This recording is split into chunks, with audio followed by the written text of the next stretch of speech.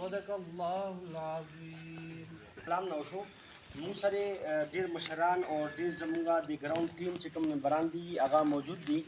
لیکن موسم ګرمي وجه نه او د وخت کمی وجه نه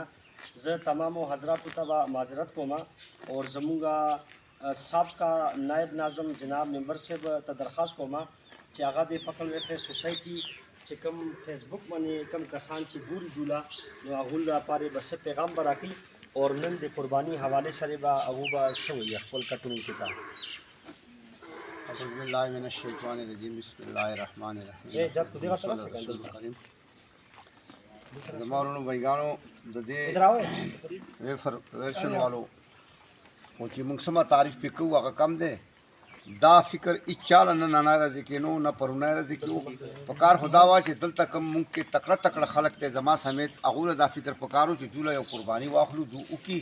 او دوی د غریبو خلکو له ورکړي. موږ هغه الفاظ نشو ویلی هغې خولې سره چې کوم دو کردار ادا کوي کوم چې دو دا دې نه مخکې خلکو له غریبو خلکو سره کم تعاون وکړو بېساراو خلکو سره کم تعاون وکړو کونډو سره یتیمانانو سره تعلیم یافتهو خلکو سره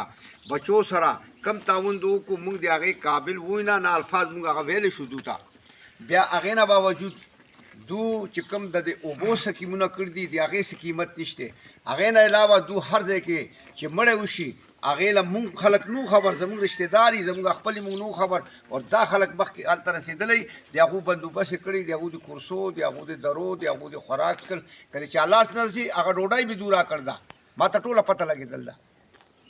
او د دې قربانو حوالې سره زه دا وایم چې دا مونږ له پکار وه د دې خبرې چې مونږ